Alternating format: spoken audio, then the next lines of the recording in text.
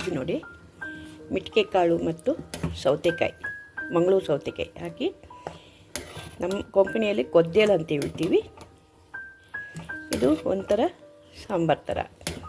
ಇದಕ್ಕೆ ಒಗ್ಗರಣೆ ಬೆಳ್ಳುಳ್ಳಿ ಒಗ್ಗರಣೆ. ಈಗ ಮಸಾಲೆಗೆ ತೆಂಗಿನಕಾಯಿ, ಸ್ವಲ್ಪ ಅರಿಶಿಣ, ಆಮೇಲೆ ಸ್ವಲ್ಪ ಇದು ಸೌತೆಕಾಯಿ ಹಾಕಿರೋದ್ರಿಂದ ಹುಣಸೆಹಣ್ಣು ಸ್ವಲ್ಪ ಹಾಕಿ. ನಿಮಗೆ ಖಾರಕ್ಕೆ ಎಷ್ಟು ಬೇಕೋ ಅಷ್ಟು. ನಾನು 4 ಬ್ಯಾಡಗಿ ಮೆಣಸು ಹಾಕೊಂಡಿದ್ದೀನಿ ನೋಡಿ. ಇದು ಇವಾಗ ಸರಿಯಾಗಿ ಒಂದು ಕುದಿ ಬರಬೇಕು. ಆಮೇಲೆ ಇದಕ್ಕೆ ತೆಂಗಿನಕಾಯಿ ಹಾಕಿ, ತೆಂಗಿನೆಣ್ಣೆ ಹಾಕಿ, ಬೆಳ್ಳುಳ್ಳಿ ಒಗ್ಗರಣೆ ಹಾಕಿದರೆ ಮಂಗಳೂರು ಸೌತೆಕಾಯಿ ಹುಳಿ ರೆಡಿ.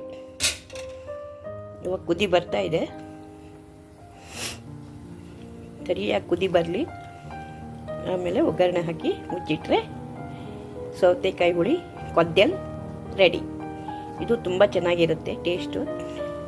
ಕಮ್ಮಂತ ಈ ಬೆಳ್ಳುಳ್ಳಿ ಪರಿಮಳ ಬರ್ತದೆ.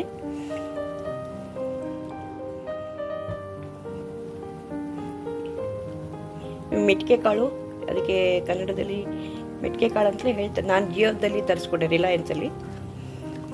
ನಾನು ಕಾಳು ತೋರಿಸ್ತೀನಿ ನೋಡಿ ನಿಮಗೆ. ನೋಡಿ, ಮಸೂರಿ ಕಾಳು, ಮಸೂರಿ ಕಾಳು.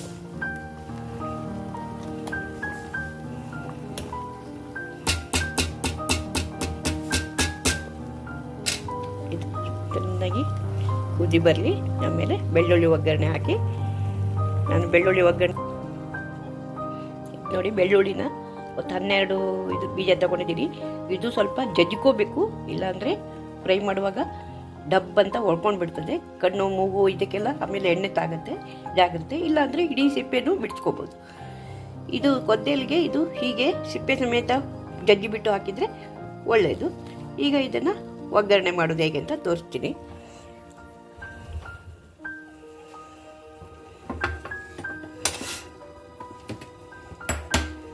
ನೋಡಿ, ತೆಂಗಿನೆಣ್ಣೆ ಹಾಕಿ ಇದಕ್ಕೆ ಸ್ವಲ್ಪ ಎಲ್ಲ ಹುಳಿಗೆಲ್ಲ ಸ್ವಲ್ಪ ತೆಂಗಿನೆಣ್ಣೆ ಸ್ವಲ್ಪ ಜಾಸ್ತಿ. ನಾನು ತೆಂಗಿನೆಣ್ಣೆನೇ ಯೂಸ್ ಮಾಡೋದು. ತೆಂಗಿನೆಣ್ಣೆ ಸ್ವಲ್ಪ ಜಾಸ್ತಿ ಆಗಿರೋದ್ರಿಂದ ಇದನ್ನು ಈಗ ಚೆನ್ನಾಗಿ ಕೆಂಪಗಾಗೋ ತನಕ ಹುರ್ಕೊಂಡ್ಬಿಡೋಣ.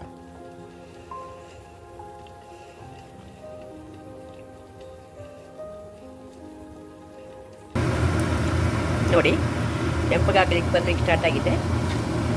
ಸ್ವಲ್ಪ ಇನ್ನೂ ಸ್ವಲ್ಪ ಕೆಂಪಗಾದರೆ, ಜಾಸ್ತಿ ಹೊತ್ತಿಟ್ಟರೆ ಇದು ಕಪ್ಪಗಾಗ್ಬಿಡುತ್ತೆ. ನಾನು ಇವಾಗ ಗ್ಯಾಸ್ ಆಫ್ ಮಾಡಿದ್ದೀನಿ. ಇವಾಗ ಅದು ಬಿಸಿ ಇದೆಯಲ್ಲ, ಅದರಲ್ಲಿ ಸ್ವಲ್ಪ ಫ್ರೈ ಆಗುತ್ತೆ. ಇದು ಆಲ್ಮೋಸ್ಟ್ ಆಯಿತು ನೋಡಿ, ಕೆಂಪಗಾಯಿತು. ಸರಿಯಾಗಿ ಗೊತ್ತಾಗತ್ತಲ್ಲ ಬ್ರೌನ್ ಆಗಿರೋದು. ಇವಾಗ ಇದನ್ನು ಇದರೊಳಗೆ ಹಾಕಿಬಿಡೋಣ.